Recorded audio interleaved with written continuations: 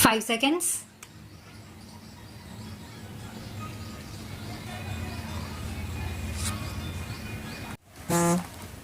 The main purpose of the United Nations is to build up a world without war, a world based on the cooperation of nations and peoples. It is not merely a world where war is kept in check by a balancing of armed forces. It is much deeper than that. It is a world from which the major causes of war have been removed and social structures built up which further peaceful cooperation within a nation as well as between nations. In the preamble of the Constitution of the UNESCO, it is stated that war begins in the minds of men. That is essentially true, and ultimately it is necessary to bring about the change in our minds and to remove fears and apprehensions, hatreds and suspicions. Disarmament is a part of this process, for it will create an atmosphere of cooperation. But it is only a step towards our objective and a part of the larger efforts to rid the world of war and the causes of war. In the present context, however, disarmament assumes a very special importance for us, overriding all other issues. For many years past, there have been talks on disarmament, and some progress has undoubtedly been made in so far as the plans and proposals are concerned. Still, we find that the race of armaments continues, as also the efforts to invent even more powerful engines of destruction. If even a small part of these efforts was directed to the search for peace, probably the problem of disarmament would have been solved by this time. Apart from the moral imperative of peace, every practical consideration leads us to that conclusion. For as everyone knows, the choice today in this nuclear age is one of utter annihilation and destruction of civilization, or of some way to have peaceful coexistence between nations. There is no middle way.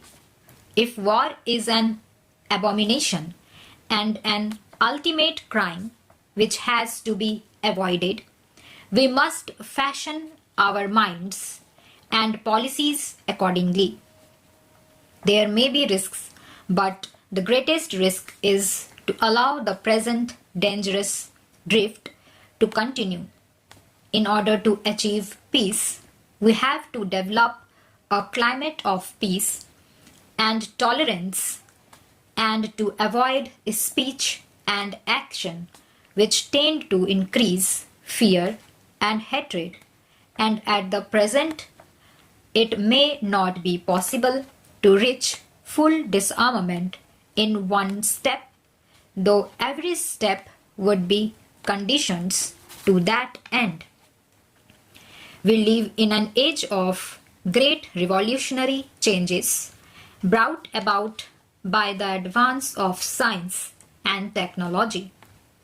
Therein lies the hope for the world and also the danger of sudden death. Because of these advances, the time we have for controlling the forces of destruction is strictly limited. If within the next 3 or 4 years, effective disarmament is not agreed to and implemented, then all the goodwill in the world will not be able to stop the drift to certain disaster. In the context of things as they are today, the great nations, the United States of America and the Soviet Russia, hold the key to war and peace. Theirs is a great responsibility, but every country, big or small, is concerned in this matter of peace and war, and therefore every country must shoulder its responsibility and work to this end. In order to deal with these big issues effectively, we have to take big and impersonal views. It is only the United Nations as a whole that can ultimately solve these problems.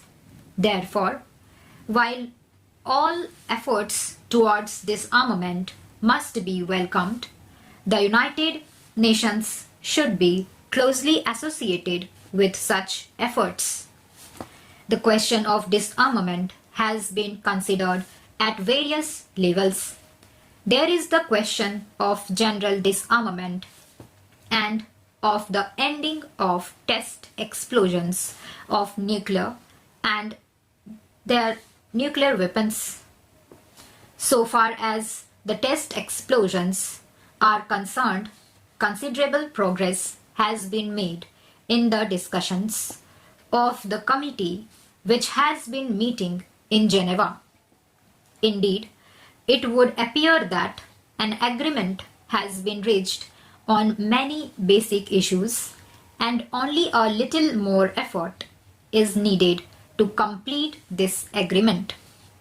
I suggest that a final agreement on this subject should be reached as early as possible.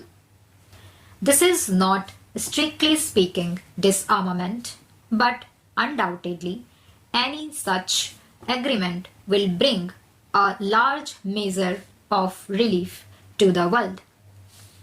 Disarmament must include the prohibition of the manufacture, storage, and use of weapons of mass destruction, as well as the progressive limitation of conventional weapons. It is admitted that disarmament should take place in such stages as to maintain broadly the balance of armed power. It is only on this basis that success can be achieved and this pervading sense of fear countered. It must also be clearly understood that disarmament and a machinery for control must go together, and neither of these can be taken up singly, and now a proposal has been made that the question of disarmament should be referred to a committee of experts.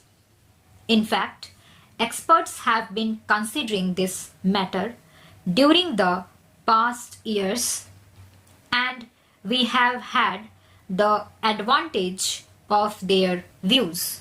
Stop.